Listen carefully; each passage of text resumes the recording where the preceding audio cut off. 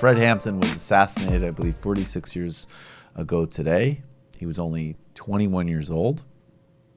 He was a radical doer and thinker, a true socialist in all of the best senses of the word, both in terms of spirit and ideology. Here he is talking on the importance of education prior to action. That's come out of socialization thing. You know, you set that up, bro. I mean, we can't put everything on one piece of paper. What about this bank? Credit union? Mm-hmm. Credit union. Credit union, my brother. Is a bank. You're hip, are you hip to credit unions? It is a bank. Yeah, you go and borrow money? Yeah, it's a bank. It's a bank. Owned by the people. Run for the people. And by the people. What will money be given out to people for? Well, the people would decide that. You want to buy, you know, whatever, you know, the people in the community decide. You need some living room furniture, maybe? You need a car, maybe? See, the thing is with me, you dig, I need to know some more about it. I wish you had some more literature about the educational thing here. Because, you dig, as far as we're concerned in the struggle, the way we look at struggle is that this depends on the educational thing, you dig. Because this depends on the education. Well, the whole thing. No, but in the end, this does. You can form this with no education. You can form this. No, not the way we're talking about forming it. You know, right. We're talking about forming it right. You know, it's not on the paper. We didn't write it on the paper. You form it right with no education. No. Let me give you an example. Jomo Kenyatta formed the excellent revolution with no education. And on the day of the end thing, Jomo told the motherfucker, said, well, you know, you can educate, hate the enemy, but I'm your brother. I'll help you lead the revolution. Now I'm going to oppress you. Another example, Papa Doc in Haiti. Papa Doc in Haiti hated everything white. Man, you couldn't put this white paper in front of Papa Doc's face, but he moved all the white people out and he took over and be oppressed. He did, because of no education. And the people that had been educated, they just said that we don't hate the motherfucking white people, we hate the oppressor, whether he be white, black, brown, or yellow. So we got to know the educational program to find out what it's going to be in the finale. A lot of people, Jomo Kenyatta is called never a revolutionary, but an ex-revolutionary. So is Papa Doc. They brought on a successful revolution. That thing in the Mao's was a bitch. Bantu freedom fighters, all that kind of action. But what we're saying is that it's the end. That you don't judge Castro now. You can't do it. Nobody in this room could judge whether Castro's going to be a revolutionary or not. You know what I mean? We're talking about things, you know what I mean, with China, the People's Republic, and even at the stage they're in now, talking about even going on further into a communistic state. That's what we're talking about. Those are revolutionary. So we got to understand here the educational program that you have to be able to figure out whether it will go on the right lines, where the people will end up in a situation where they can be able to really control themselves. You understand what I'm saying? With no education, the people take this local foundation and start stealing money because they won't be really educated to why it's a people's thing anyway. You understand what I'm saying? With no education, you have neo-colonialism instead of colonialism, like you got in Africa now, like you got in Haiti. So what we're talking about is there has to be an educational program. That's very important. As a matter of fact, it's so important for us that a person has to go through 6 weeks of our political education before he can consider himself a member of the party, able to even run down ideology for the party. Why? Because if they don't have an education, then they're nowhere. You dig what I'm saying? They're nowhere because they don't even know why they're doing what they're doing. You might get people caught up in the emotionalist movement. You understand me? You might get them caught up in because they're poor and they want something. And then if they're not educated, they want more. And before you know it, they'll be capitalists. And before you know it, we have Negro imperialists. So he was absolutely brilliant. He was assassinated by the Chicago police. How was he only like 20 in that? It's mind-blowing. I don't understand. Like, I get talent. I don't understand that level of brilliance and sophistication at such a young age. It's really unbelievable. I mean, he's definitely one of those people who's just just a light of history. Yeah. And you can see why he was such a threat to the state. Right. Because, we've talked about Fred Hampton before. We've looked at other clips. I mean, he was such an incredible speaker. I mean, he makes it very clear. A lot of people, when they talk about political education, it very easily starts to get into a question of like, well, who has time to read what?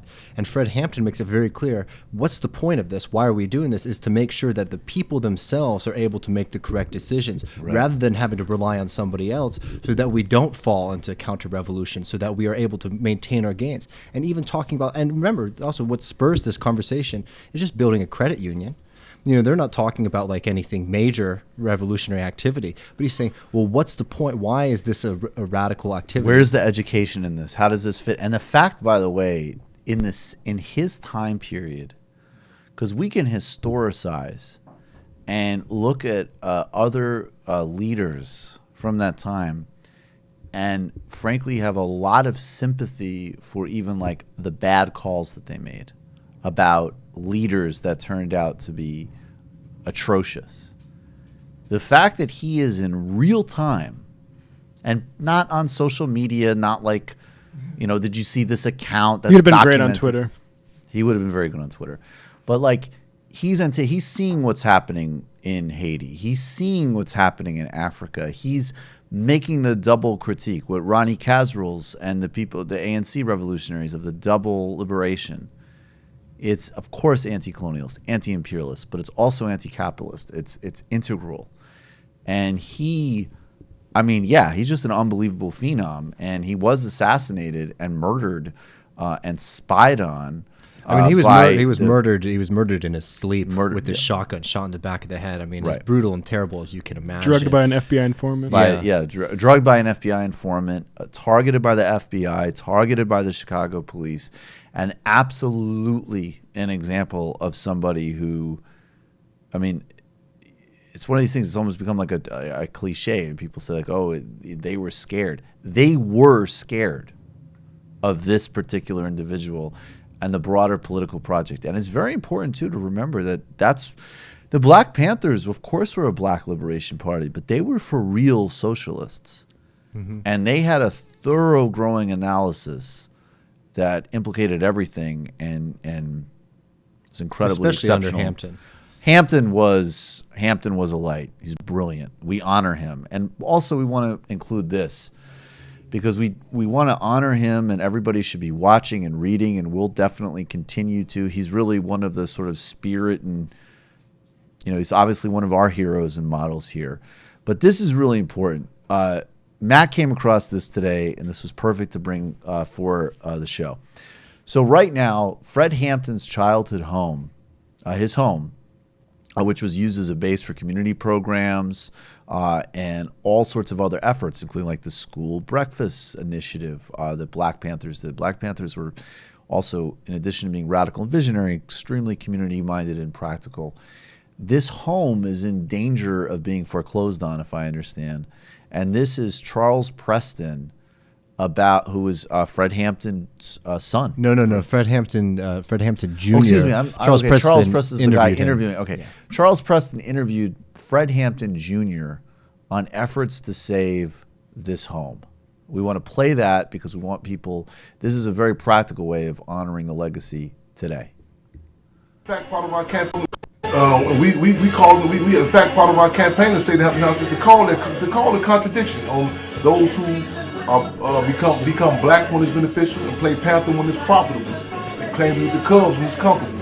You know what I'm saying? This is the reality. I mean, on one hand, people say, well, it's good that Beyonce dresses up like the Panthers on Super Bowl. People say it's good that Fiasco got an album, a song called Chairman Fred's Speeches. But I mean, it's good that Kaepernick, you know what I'm saying, throwing a leather jacket and say somebody, reference to Chairman Fred Hampton. However, we're dealing with tangible, concrete contradictions. I mean, it's not some sort of just thought in our head.